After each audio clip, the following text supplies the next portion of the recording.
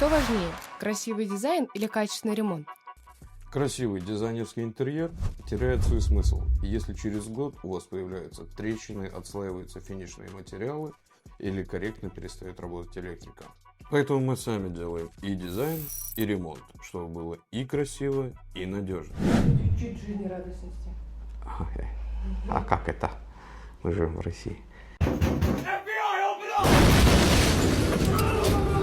Нужен дизайн-проект и его реализация? Пишите в директ, разработаем дизайн и воплотим его в жизнь.